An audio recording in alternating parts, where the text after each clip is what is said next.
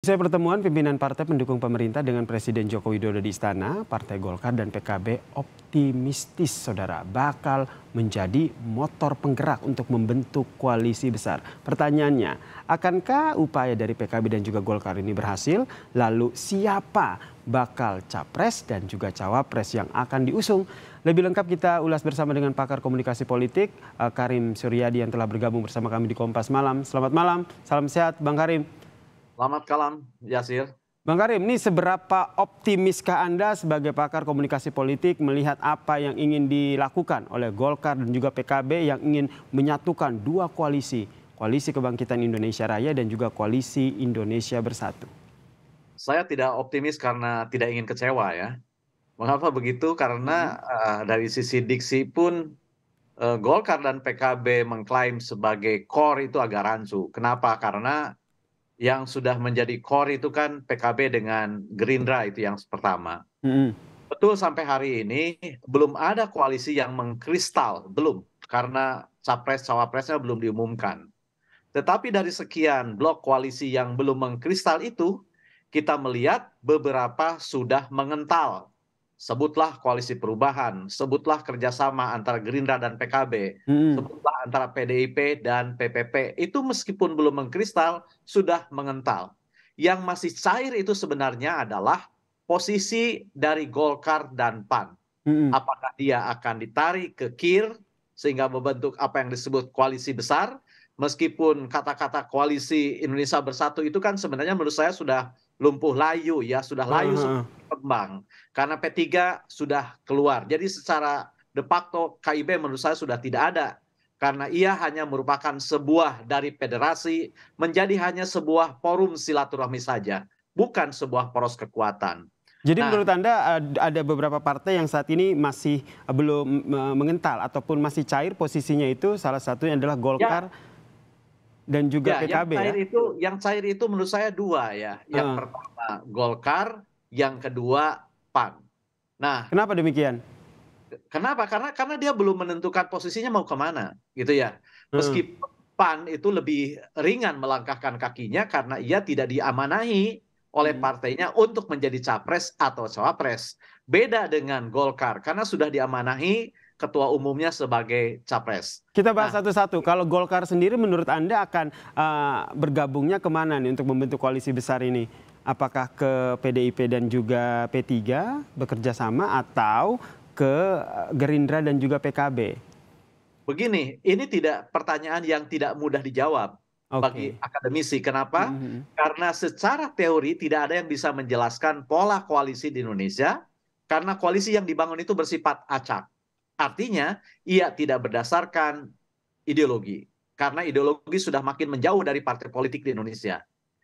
Yang menjadi dasar seringkali adalah hitungan-hitungan taktis dan strategis. Dan itu tidak bisa sepenuhnya diungkapkan ke publik dan tidak pernah diungkapkan ke publik. Sehingga saya mengatakan apa yang menjadi dasar kerjasama politik atau koalisi atau apapun namanya adalah hal-hal yang hanya diketahui oleh ketua umum yang menjalani itu semua. Itu disebut sebagai esoterik. Oleh Mhm. karena itu, kalau ini kita jadikan asumsi, maka satu rujukan yang bisa memandu kita itu adalah bagaimana pengalaman partai-partai ini menjalin kerjasama dalam 4 pemilu yang akan datang. Dan kita melihat dalam 4 pemilu yang akan datang itu ada partai yang tidak pernah bekerja sama dalam 4 kali itu. Sebutlah misalnya Demokrat tidak pernah bekerja sama dengan PDIP. Demokrat Mhm. juga belum pernah kerjasama dengan Golkar. PDIP juga belum pernah kerjasama dengan PKS. Dan PDIP pun belum pernah bekerja sama dengan PAN. Ada partai yang selalu bekerja sama dalam 4 pertemuan itu. 4 pemilu itu apa? PKS dan PAN. Nah, kenapa kita merujuk itu?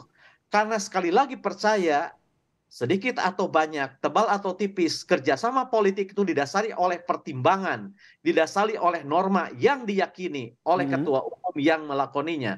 Oleh karena itu ketika ditanya kemana kecondongan Golkar, menurut saya dua-duanya bisa terjadi. Golkar bisa mengikuti langkah yang diambil oleh PPP dan bergabung pada PDIP, Mhm. dan itu berarti akan mengulang apa yang pernah terjadi pada tahun 2004. Tetapi Golkar dan PAN bisa juga bergabung dengan Gerindra gitu. Dan itu akan mengulang apa yang terjadi pada tahun 2014. Ini sangat dinamis ya, Menurut karena yang paling kuat. seperti yang Ya, tadi Anda sampaikan, ini sangat dinamis, sangat cair, sehingga tidak bisa kita merujuk pada pada pertimbangan-pertimbangan ataupun dugaan-dugaan tertentu. Dan juga yang juga menarik adalah salah satu pertimbangan terkait dengan koalisi besar ini jika dijadikan ataupun akan dibentuk adalah terkait dengan siapa baca pres dan juga bacawa presnya nih. Seberapa besar mempengaruhi koalisi besar ini akan terbentuk?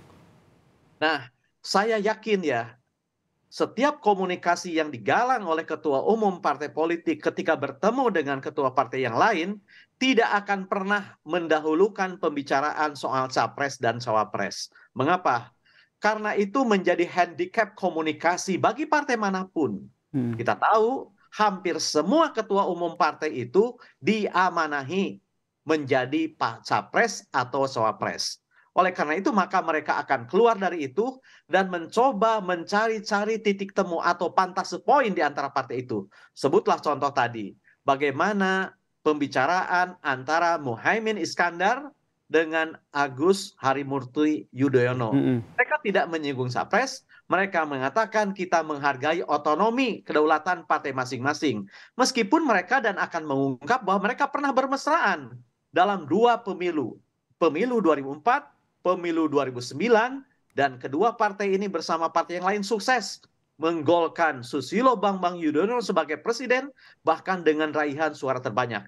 Jadi Baik. saya yakin yang akan dikemukakan adalah hal-hal yang menjadi titik temu di antara mereka dan sebisa mungkin menunda setidak-tidaknya pembicaraan soal capres dan cawapres. Berarti Jadi terakhir Bang, berarti Anda pesimis ya dengan apa yang akan dilakukan oleh Golkar dan juga PKB menjadi motor untuk membentuk koalisi besar terakhir? saya realistis saja. Saya realistis saja bahwa akan ada 3 poros kekuatan. Koalisi Perubahan, Koalisi Indonesia Raya plus Golkar, bisa ditambah dengan PAN, dan koalisi PDIP dengan PPP.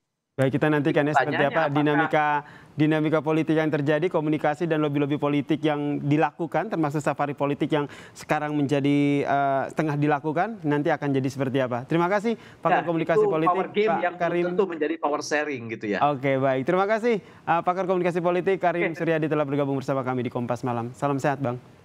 Terima kasih.